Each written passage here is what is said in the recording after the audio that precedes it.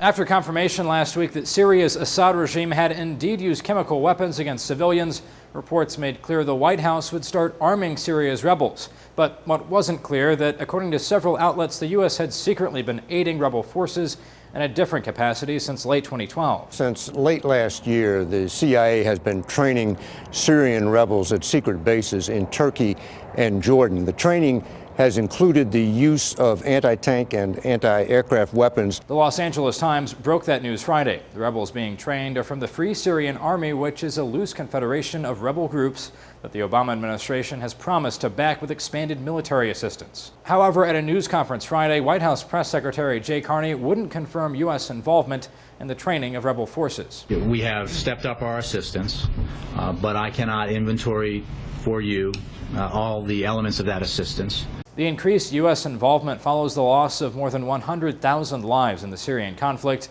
over the last 2 years. U.S. involvement in Syria's civil war has created substantial controversy, though. A writer for Al Jazeera says U.S. intervention might escalate violence further, writing, "Increasing small arms to a select few rebel militia will not make the Assad regime any less disposed to use chemical weapons than it already was, and actually could push the dictator to become more violent." But in a New York Times op-ed, former U.S. General Wesley Clark says inaction is not an option. More than 90,000 people are estimated to have died so far. It's become a proxy war, with Sunni Arab states backed by the West challenging Iran's reach to the Mediterranean via a proxy, Hezbollah and Syria. Between 80 and 100 rebels were reportedly trained by a combination of American, Jordanian, and French operatives over the last month.